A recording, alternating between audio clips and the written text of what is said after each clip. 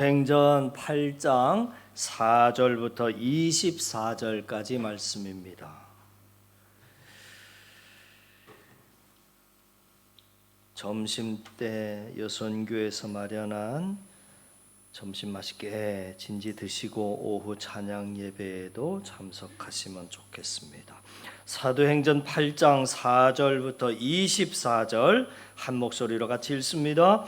그 흩어진 사람들이 두루 다니며 복음의 말씀을 전할새 빌립이 사마리아 성에 내려가 그리스도를 백성에게 전파하니 무리가 빌립의 말도 듣고 행하는 표적도 보고 한 마음으로 그가 하는 말을 따르더라. 많은 사람에게 붙었던 더러운 귀신들이 크게 소리를 지르며 나가고 또 많은 중풍병자와 못 걷는 사람이 나으니 그 성에 큰 기쁨이 있더라. 그 성에 시몬이라 하는 사람이 전부터 있어 마술을 행하여 사마리아 백성을 놀라게 하며 자칭 큰 자라 하니 낮은 사람부터 높은 사람까지 다 따르며 이르되 이 사람은 크다 일컫는 하나님의 능력이라 하더라. 오랫동안 그 마술에 놀랐으므로 그들이 따르더니 빌립이 하나님 나라와 및 예수 그리스도의 이름에 관하여 전도함을 들이 믿고 남녀가 다 세례를 받으니 시몬도 믿고 세례를 받은 후에 전심으로 빌립을 따라다니며 그 나타나는 표적과 큰 능력을 보고 놀라니라. 예루살렘에 있는 사도들이 사마리아도 하나님의 말씀을 받았다 함을 듣고 베드로와 요한을 보내매 그들이 내려가서 그들을 위하여 성령 받기를 기도하니 이는 한 사람에게도 성령 내리신 일이 없고 오직 주 예수의 이름으로 세례만 받을 뿐이더라. 이에 두 사도가 그들에게 안수함에 성령을 받는지라. 시몬이 사도들의 안수로 성령 받는 것을 보고 돈을 들여 이르되 이 능력을 내게도 주어 누구든지 내게 안수하는 사람은 성령을 받게 하소서 하니 베드로가 이르되 네가 하나님의 선물을 돈 주고 살 줄로 생각하였으니 내 은과 내게 함께 망할지어다. 하나님 앞에서 내 마음이 바르지 못하니 이 도에는 내가 관계가 없고 분깃된 것도 없느니라. 그러므로 너의 이 악함을 회개하고 주께 기도하라. 혹 마음에 품은 것을 사하여 주시리라. 내가 보니 너는 악독이 가득하며 불의에 메인 바 되었도다. 시몬이 대답하여 이르되 나를 위하여 주께 기도하여 말한 것이 하나도 내게 임하지 않게 하소서 하니라. 아멘. 우리 앞뒤 옆사람 살피시면서 반가운 인사 나눕니다. 반갑습니다. 반갑습니다.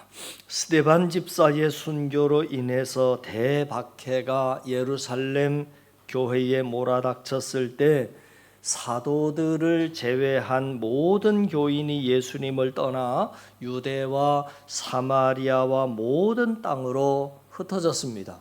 그 흩어짐의 이유와 의미 그리고 가치가 무엇인지에 대해서는 지난 시간에 우리가 살펴보았습니다.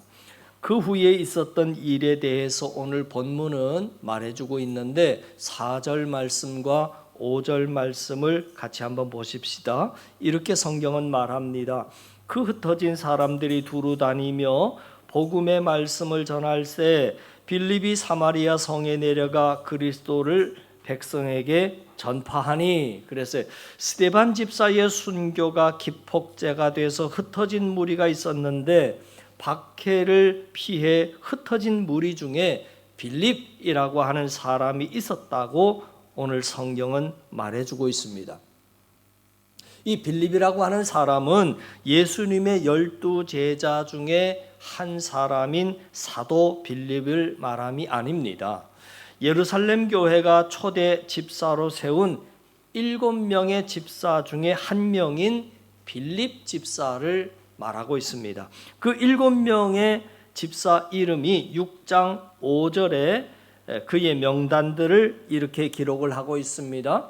온 무리가 이 말을 기뻐하여 믿음과 성령이 충만한 사람, 그러면서 이름이 나오는데 스데반과 빌립과 브로고노와 니가노르와 디몬과 바네나와 이렇게 유대교에 입교했던 안디옥 사람 니골라를 택했다.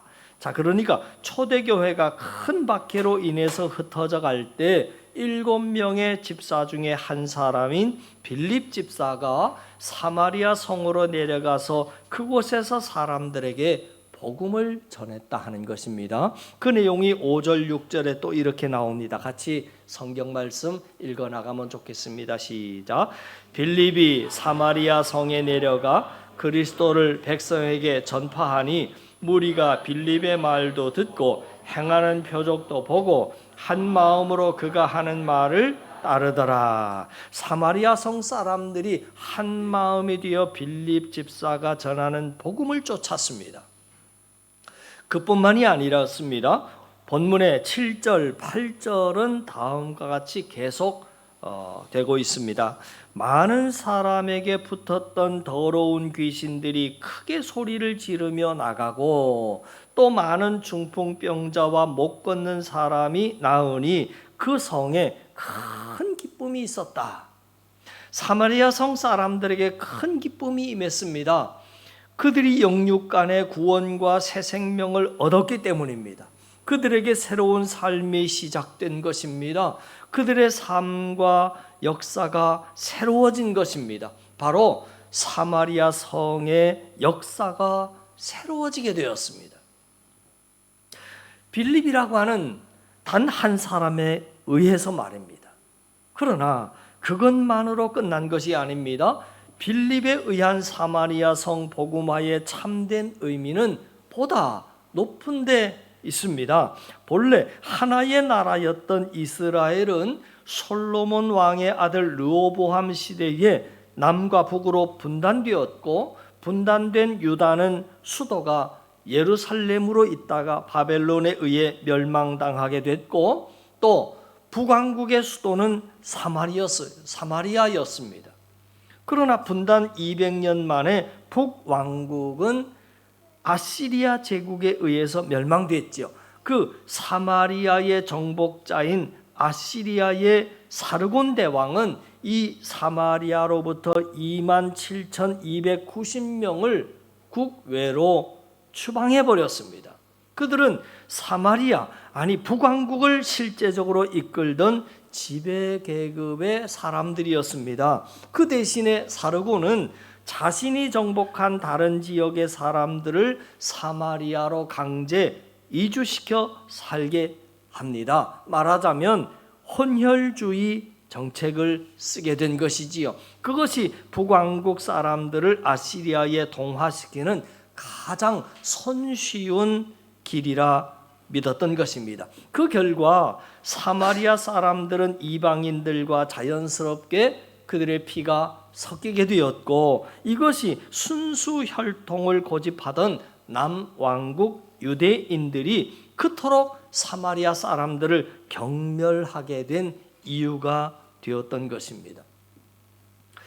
그들은 사마리아 사람들을 자신들과 같은 이스라엘인으로 여기지 않았습니다. 심한 경우에는 아예 사람으로 취급하지도 않았습니다. 그래서 유대인들은 예루살렘에서 갈릴리로 갈 때에도 그 중간에 위치한 사마리아에 발을 들여놓지 않기 위해서 오히려 먼 길을 돌아가곤 했습니다. 유대인들이 사마리아인들을 이처럼 경멸했으니 이 사실을 피부로 느끼는 사마리아인 역시 유대인들을 좋아할 리가 없었지요. 그렇게 그들은 서로 상종조차 하지 않았고, 그와 같은 견원지간의 지역 감정은 예수님 때까지, 그리고 오늘 본문의 때까지 계속되었습니다. 예수님께서 분명히 사마리아를 거쳐 땅끝까지 이르러 주님의 증인이 되라 하고 명령을 하셨음에도 불구하고 사도들이 감히 사마리아에 들어갈 생각일랑 아예 하지도 않았던 배경이 바로 여기에 있었던 것입니다. 그들이 보기에 사마리아 사람이란 진주의 가치를 알지 못해 발로 짓이기는 돼지에 지나지 않았던 것입니다. 자, 그런데 그 짐승 같은 사마리아 사람들이 오늘 본문에는 복음을 받아들였다. 하고 있습니다. 주님의 구원의 역사가 그들에게 임한 것입니다. 이 놀라운 소문이 알려지게 되자 오늘 본문의 14절에 의하면 예루살렘에 있던 베드로와 요한이 직접 사마리아로 내려가서 그것이 사실인가 하고 확인하기 시작합니다. 그것은 참으로 중요한 사건이었습니다. 짐승 같은 사마리아 사람에게도 구원의 역사가 임할 수 있다면 여타의 이방인들에게는 진리의 말씀을 전하지 못할 까닭이 없어 보였기 때문입니다. 오늘 말씀에 보면 바로 그 사마리아 성에 시몬이라고 하는 이름을 가진 마술사가 살고 있었음을 성경은 말해줍니다. 그가 얼마나 신통한 마술사였는지 그 자신이 스스로 큰 자를 자처하는 것은 자취하고서라도 그 성의 모든 사람이 이 시몬의 말을 청종하면서 그를 하나님의 능력으로 추앙할 정도였습니다. 말하자면 시몬은 그 성의 정신적인 지주 역할을 하는 사람이었던 것 같습니다. 그런데 오늘 본문의 12절, 13절이 이렇게 증거하고 있습니다. 빌립이 하나님 나라와 및 예수 그리스도의 이름에 관해서 전도함을 그들이 믿고 남녀가 다 세례를 받으니 시몬도 믿고 세례를 받은 후에 전심으로 빌립을 따라다니며 그 나타나는 표적과 큰 능력을 보고 놀라니라. 어느 날 사마리아 성에 빌립이라고 하는 사람이 나타났습니다. 그와 동시에 마술사 시몬을 따르던 성민들이 약속이나 한 듯 빌립의 말을 청종하기 시작하면서 한 사람 한 사람 세례를 받기 시작합니다. 마술사 시몬의 입장에서 본다면 어느 날 라이벌이 나타난 셈입니다. 개인적으로는 자신을 따르던 무리를 앗아간 이 빌립 집사에 대한 질투심으로 빌립을 모함하기 십상인 그런 상황이지 않습니까? 그런데 시몬의 반응은 정반대로 나타납니다. 그 역시 무리와 똑같이 세례를 받았다. 그리고 빌립을 스승으로 모시고 온 마음을 다해서 그를 따라다녔다 하는 겁니다. 사마리아 성에서 가장 큰 자임을 자처하던 그로서는 참으로 어려운 일이었습니다마는 그러나 빌립을 통해서 참된 진리를 접한 그에게는 그 이외의 선택이 있을 수가 없었습니다. 그가 누구의 강요에 의해서가 아니라 순전히 자발적으로 세례를 받았다라고 하는 것은 잘못된 그의 삶으로부터 돌아서겠다는 결단의 표시였습니다.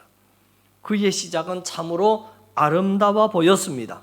그 후에 예루살렘에서 사마리아 사람들도 복음을 받아들였다 하는 말을 뒤늦게 전해들은 사도들 중에서 베드로와 요한이 사마리아 현장을 방문합니다.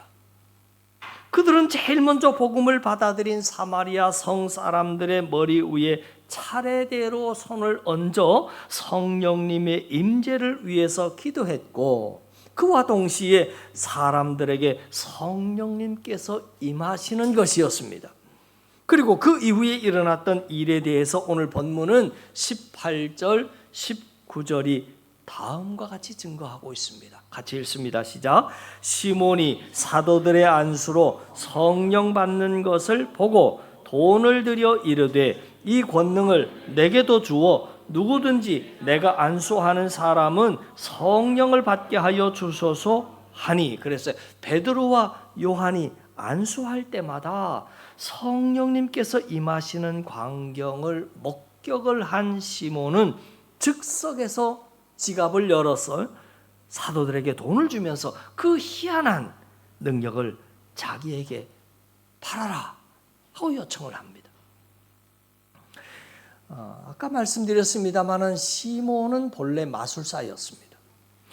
마술이라고 하는 것은 실은 사람을 교묘하게 속이는 기술 혹은 재주를 의미하는 말이지요. 그는 이름난 마술사로서 그는 마술에 필요한 것이라고 한다면 금의 고하를 막론하고 지체 없이 그것을 사들이는 습관에 길들여져 있는 사람이었습니다. 그렇기 때문에 성령님의 임재를 보는 즉시 그는 그 권능을 돈으로 사려고 했습니다. 예전에 바르지 못한 습관이 그냥 그 즉시로 튀어나온 것이었지요. 그는 외적으로는 세례를 받았고 빌립을 지성으로 모시고 다니는 자였지만 그의 내면에는 여전히 예전 마술사의 마음을 고스란히 지니고 있었습니다. 마치 이집트 파라오가 하사하는 새 집으로 이민 가면서 가나안에 쓸모없는 구닥다리 가구를 이고 가는 야곱과 전혀 다를 바가 없는 모습입니다. 그와 같은 시몬에 대한 사도 베드로의 질책을 오늘 본문은 20절과 21절이 이렇게 밝혀줍니다. 베드로가 이르되 네가 하나님의 선물을 돈 주고 살 줄로 생각하였으니 네 은과 네가 함께 망할지어다. 하나님 앞에서 내 마음이 바르지 못하니 이 도에는 내가 관계도 없고 분깃될 것도 없느니라. 정말 그렇지 않습니까? 마음이 진정으로 거듭나지 않는다면 진리를 위해 무슨 바른 일을 할 수가 있고 또 어떻게 진리로부터 바른 몫을 얻을 수 있겠습니까? 그런 자의 삶은 결국 일생을 그릇된 욕망으로 탕진하는 것에 지나지 않을 것입니다. 이런 의미에서 시몬을 향한 베드로의 질타는 오늘 이 시대를 살아가는 우리 모두를 향한 주님의 질타가 아닐 수 없습니다. 그렇다면 우리는 과연 무엇을 어떻게 해야 하겠습니까? 오늘 본문의 22절과 23절은 사도 베드로의 시몬을 향한 사랑의 권면을 증거해 주고 있습니다. 그러므로 너의 이 악함을 회개하고 주께 기도하라. 혹 마음에 품은 것을 사하여 주시리라. 내가 보니 너는 악독이 가득하며 불의에 매인 바 되었다. 베드로는 그 마음에 여전히 악독과 불의가 가득하고 있는 이 시몬을 향해서 회개하고 돌이켜 주님께 기도할 것을 요구했습니다. 본문에 나오는 혹이라고 적절하지 않게 번역되어 있는 원문에는 그 뒤에 있는 조건절을 강조하는 표현입니다. 그러니까 회개하면 혹 사함을 받을 수 있을지도 모르겠다라고 하는 모호한 뜻을 이야기함이 아니고요. 회개하기만 하면 반드시 용서받을 수 있음을 강조하는 말입니다. 자, 중요한 것은 베드로가 시몬에게 회개할 것만을 요구한 것이 아니라 회개와 아울러 주님께 기도할 것을 명했다 하는 사실입니다. 여러분, 회개라고 하는 말은 그릇된 길에서 돌아서는 행동을 의미합니다. 그러나 회개는 결심한다고 저절로 행해지는 것이 아닙니다. 기도를 동반하지 않는 회개는 단순한 감정의 변화 이상의 의미를 갖지 못합니다. 회개와 기도는 불가분의 관계입니다. 회개는 기도 속에서 구체화되고 기도는 반드시 회개를 수반합니다. 때문에 베드로가 시몬더러 주님께 기도하라 하고 명을 할 때 간구한다는 뜻의 동사를 사용했습니다. 그런데 이 동사는 붙들어 맨다 하는 의미를 가진 동사의 변형입니다. 그러니까 풀이하면 주님께 간구한다 하는 것은 주께서 자신을 붙들어 매는 것, 자신의 마음을 주님께 동여매는 것을 의미한다는 것이지요. 일반적으로 우리의 소원이나 염원을 주님께 아뢰는 것을 기도로 이해를 하고 있습니다. 물론 그것도 기도이긴 합니다. 그러나 그것이 기도의 전부라 생각하는 그릇된 인식 때문에 수많은 세월을 넘어 맞이하고서도 우리는 전혀 우리의 삶, 우리의 인격, 우리의 성품이 변화되지 못한 삶을 탄식할 수밖에 없게 됩니다. 생각해 보십시오. 평생 나의 소원만을 위해서 간구하는 나의 기도가 어떻게 나의 삶을 거룩하고 성숙하게 할 수 있겠습니까? 어찌 그것만이 길이요 진리요 생명이신 주님께서 우리에게 요구하시는 기도일 수가 있겠습니까? 기도란 나의 마음을 주님께 비끄러매는 것, 붙들어매는 노동입니다.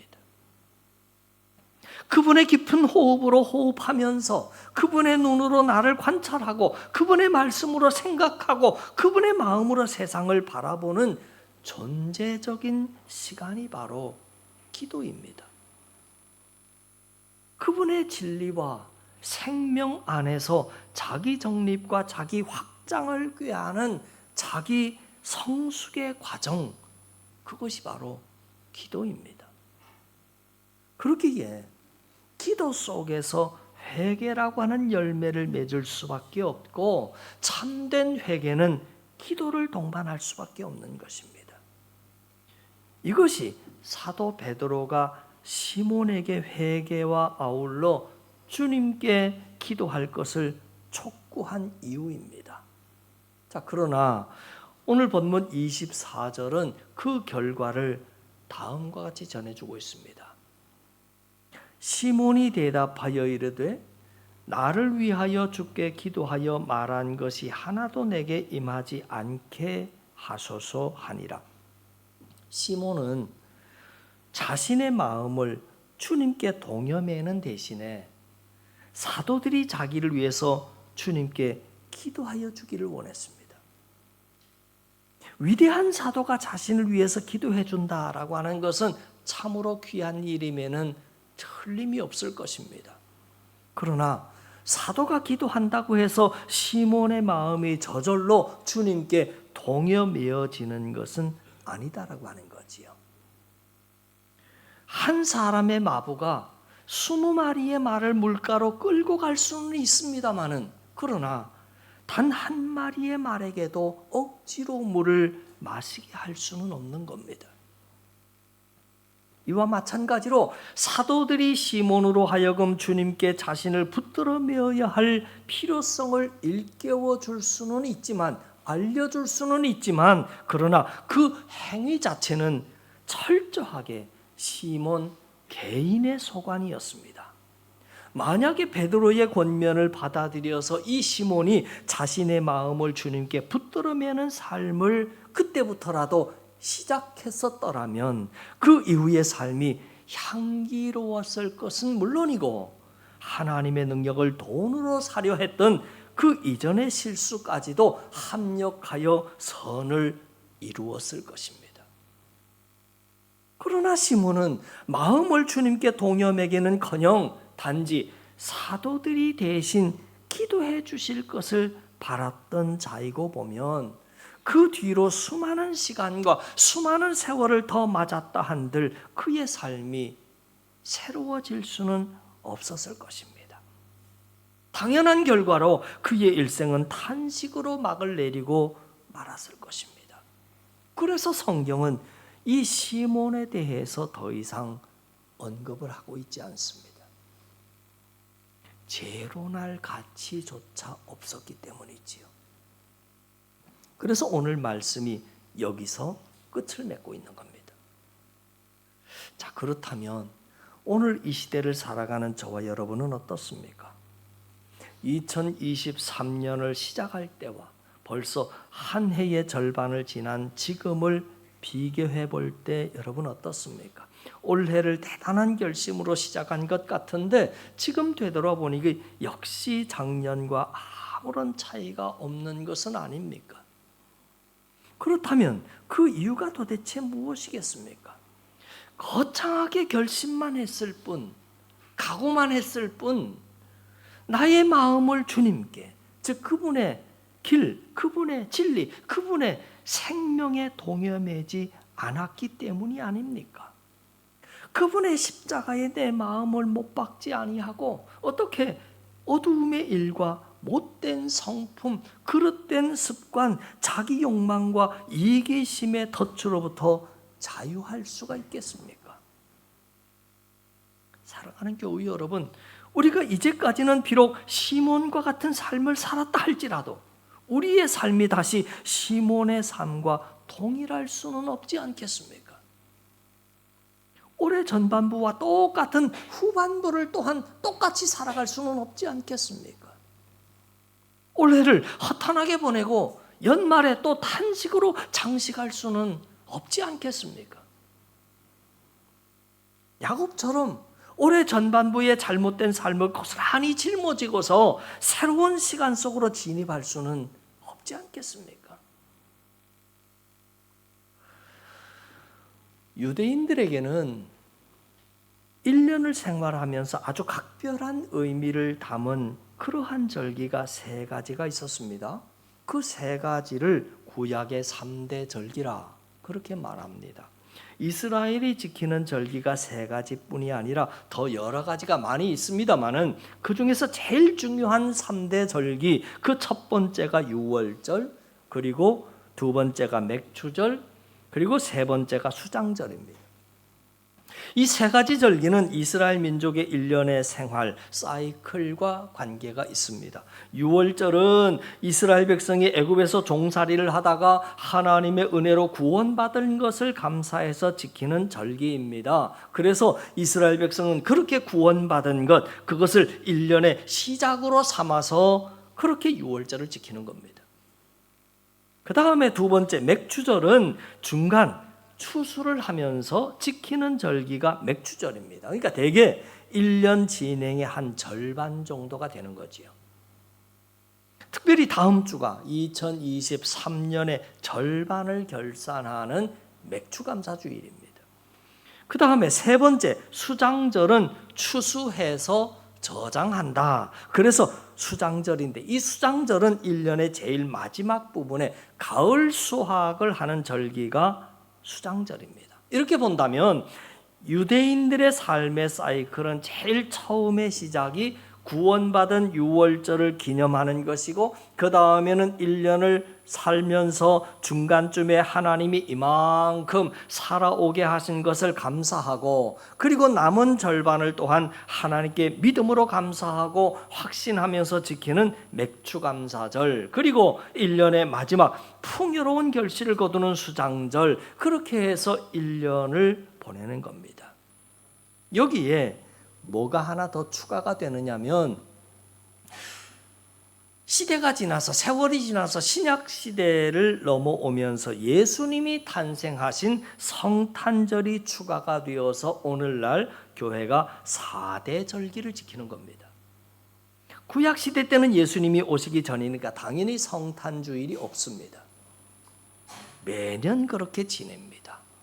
그렇게 평생을 보냅니다. 그러면서 이스라엘 백성들은 1년의 삶이 사이클, 평생의 삶의 사이클에서 하나님께서 우리를 구원하셨고 그리고 우리를 중간에 과정을 인도하시고 그리고 구원을 완성하신다, 이런 것을 계속해서 기억하고 삶 속에서 그의 자녀들에게 또한 교육하는 것이지요.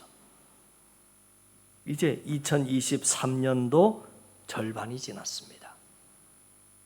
이러다가 올해도 어영부영 지나버리고 말 것입니다. 올해의 마지막 순간이 오기 전에 우리 모두 우리의 심령을 주님께 붙들어 매야 할지가 아니겠습니까? 그분 안에서 우리의 그릇되었던 삶을 돌이키고 회개해야 하지 않겠습니까? 그리고 그분 안에서 새로운 시간을 맞이해야 하지 않겠습니까? 우리가 그분 안에 매여 있는 한 우리에게 다가오는 매일이 새날이 될 것입니다. 새날은 결코 밖에서 주어지지 않습니다. 달력이 바뀐다고 되는 것도 아닙니다. 그분에게 매여 있는 우리의 심령 속으로부터 새날은 밝아오는 줄을 믿고 이번 한 주간을 그렇게 살고 또 남아있는 6개월을 그렇게 살아 믿음으로 승리하는 저와 여러분 되기를 간절히 바랍니다. 기도드립니다. 하나님 아버지, 어느덧 올해의 절반을 어영부영 보내버리고 말았습니다. 발전하고 진전된 것 하나 없이 세월만 보내며 살아왔습니다. 잎만 무성한 나무로 열매 하나 없이 살아왔습니다. 그럼에도 불구하고 주님은 여전히 참아주셨고 기다려주셨고 인내하셨습니다. 이제라도 돌이켜 후회함이 없는 2023년의 소망을 바라봅니다. 다시 한번 참아주시면 올해 마지막에는 열매로 보답하겠습니다. 허탄한 삶을 청산하고 소망의 시간을 채워가는 우리 한사랑이 되게 하여 주시옵소서. 믿고 감사드리며 예수님 이름으로 기도하옵나이다. 아멘.